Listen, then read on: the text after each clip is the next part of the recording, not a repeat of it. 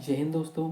तो आपने सुना ही होगा कि डोनाल्ड ट्रंप ने फिर भारत पर एक बार टैरिफ लगाने की धमकी दी है।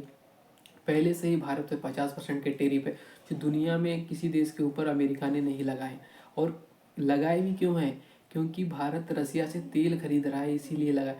जबकि भारत के अलावा अमेरिका खुद न्यूक्लियर पावर के लिए, न्यूक्लियर जो लगते हैं यहाँ पर, यूरेनियम यूरेनियम खरीद रहा है। वहाँ से चाइना भी खरीद रहा है, बहुत सारे देश, यहाँ तक कि यूरोप भी कुछ कुछ सामान रसिया से खरीद रहा है। लेकिन भारत को ही टारगेट किया जा रहा है।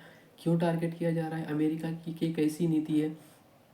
और डोनाल्ड ट्रंप है, वो तो सीधा पाकिस्तान के जो पीएम है और जो वहाँ के जो फील्ड मार्शल है, सॉरी फील्ड मार्शल ऐसे निकल जाता है मुझसे कभी कभी। तो वो उनका जो पैसा, पाकिस्तान का जो बहुत सारा पैसा है, वो ट्रंप की कंपनी में लगा हुआ है।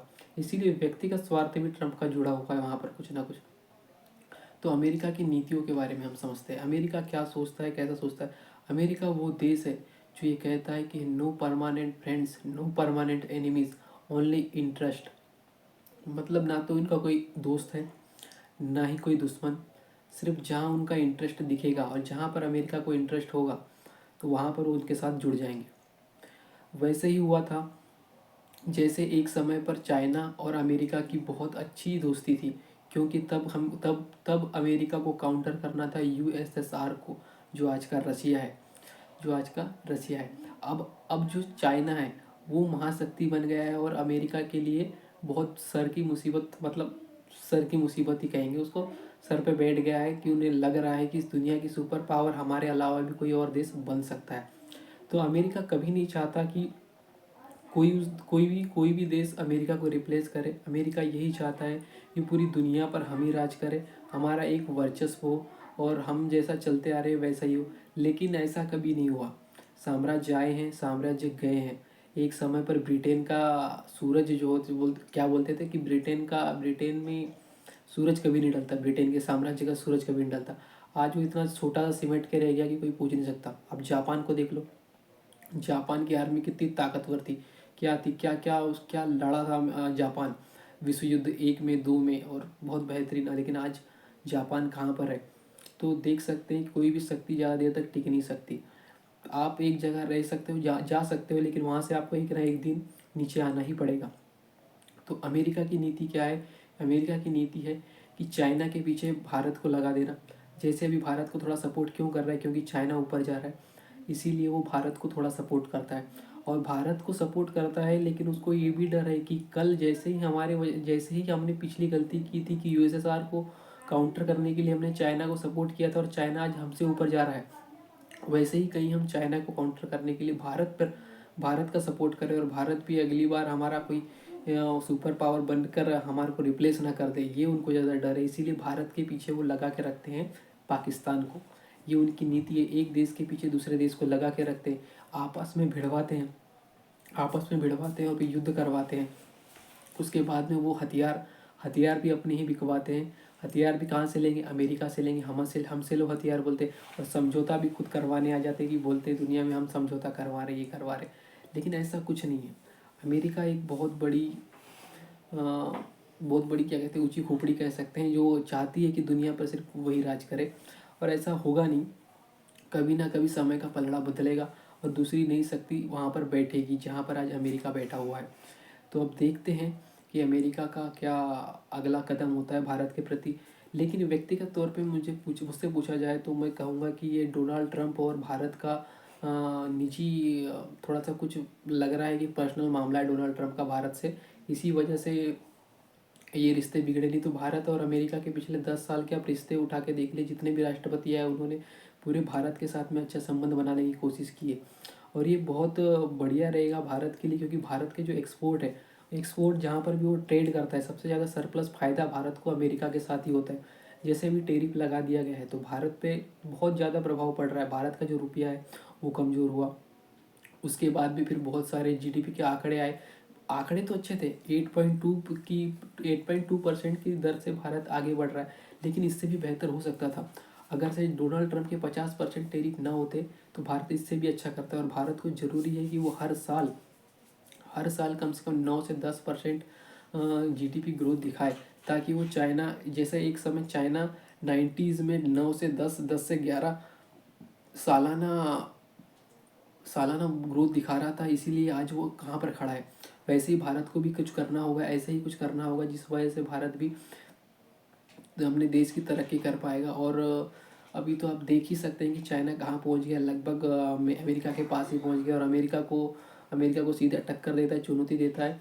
जैसे ही डोनाल्ड ट्रंप ने चाइना पर टेरिफ लगाया था, वैसे ही चाइना ने भी पलटवार करके उनके ऊपर टेरिफ लगा दिया था, क्योंकि उन्हें पता है ट्रंप को जवाब देकर ही शांत करवाया जा सकता है कि उनकी खुद की मेडिसिन खुद को जब लगती है तब समझ में आता है क्या होता है कर।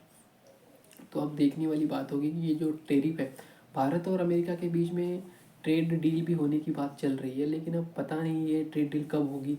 क्योंकि ये ट्रेड डील में एक बात यह है कि भारत कभी नहीं चाहेगा कि जो भारत के जो किसान हैं, खास करके जो डेयरी उद्योग है उस पर इसका कब्जा हो जाए, अमेरिका का कब्जा हो जाए। अगर से ऐसा होता है तो भारत के डेयरी उद्योग को बहुत बड़ा नुकसान पहुंचेगा, और भारत कभी ऐसा नहीं चाहेगा, भी नहीं चाहेगा कि भारत का जो डेयरी उद्योग है वो हमेशा के लिए ख़त्म हो जाए। क्योंकि और बहुत सारी चीज़ें हैं डेयरी उद्योग में, जैसे कि वहाँ पर जो गायों को जो खिलाया जाता है ना, वो मीट खिलाया जाता है, खून खिलाया जाता है। और भारत ऐसा देश है जहाँ पर धर्म धर्म बहुत बड़ी चीज़ होती है, और बहुत अलग अलग रिलीजन के लोग यहाँ पर रहते हैं, सबकी अलग अलग मान्यताएं, सबकी सबकी अलग अलग आस्थाएं होती है, जिन्हें ठेस नहीं पहुँचाया जा सकता। यहाँ पर तो गाय देवी मानी जाती है, माता का रूप मानी जाती है, और यहाँ पर अगर से हम मीट से बना हुआ चारा खिलवाएंगे, भले ही उससे दूध का उत्पादन ज़्यादा हो, भले ही से गाय की हेल्थ अच्छी हो जाए उससे, लेकिन जो धार्मिक दृष्टिकोण है उससे बहुत ही गलत होगा।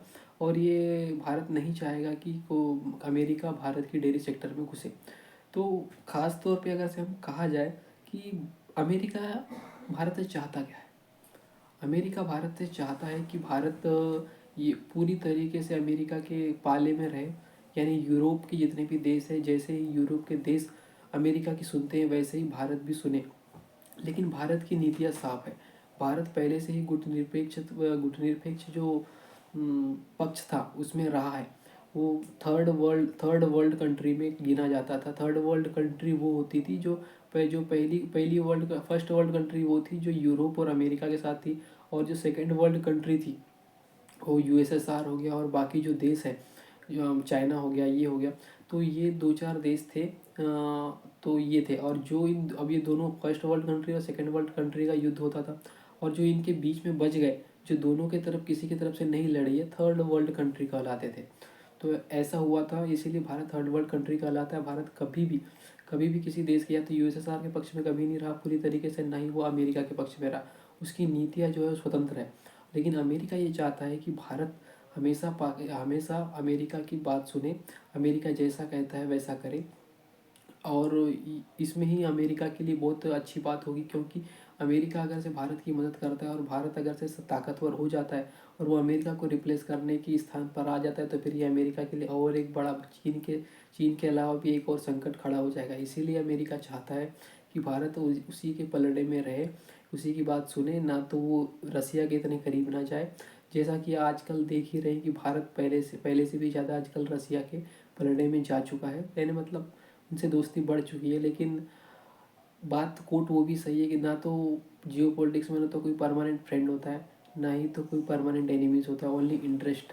आज रूस को भारत की ज़रूरत है, क्योंकि वहाँ भारत यानी रूस से कोई भी यानी यूरोपीय देश कोई सामान नहीं खरीद रहा है, खरीद तो रहा है लेकिन उस तौर पे नहीं खरीद रहा है जिससे उसकी इनकम अच्छी हो सके। क्योंकि अभी भी रशिया युद्ध में पड़ा हुआ है, और रशिया को युद्ध के लिए क्या लगता है, पैसा लगता है। और पैसा कहाँ से आएगा, जब तक वो कुछ सामान बेचेंगे नहीं।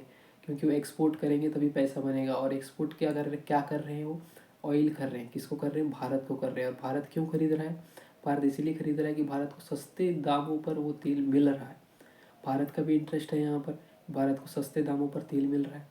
तो ये देखने वाली बात रहती है कि किसी भी देश को जहाँ भी इंटरेस्ट होता है वो वहाँ जरूर जाता है।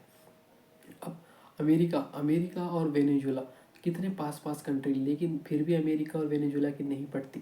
क्यों नहीं पड़ती, क्योंकि वेनेजुला भी चाहता है कि वो अमेरिका के पक्ष में ना रहे। वो भी यूएसएसआर हो गया उनके पक्ष में रहता है। तो देखने वाली बात रहती है जहाँ जिसका इंटरेस्ट रहता है। अभी तो शायद खबर भी चली थी कि डोनाल्ड ट्रंप शायद वेनेजुला पर हमला कर दे, वहाँ के जो तेल भंडार है उन पर कब्जा करना चाहते हैं डोनाल्ड ट्रंप, ऐसी खबरें थी। अब ये तो खबरें हैं, अब देखते हैं क्या होता है। तो ठीक है दोस्तों, तो आज हमने चर्चा की अमेरिका के और भारत के रिश्तों के बारे में कि अमेरिका क्या चाहता है, अमेरिका का इतिहास क्या रहा है, अमेरिका किन किन देशों को अपने पलड़े में रखना चाहता है ताकि उसका भविष्य या जो उसकी जो वर्चस्वता है वो हमेशा बनी रहे। तो अगली वीडियो में आपको कुछ और देशों के बारे में बताऊंगा और उनकी उनकी थॉट उनका थॉट बताऊंगा कि वो क्या सोचते हैं और क्या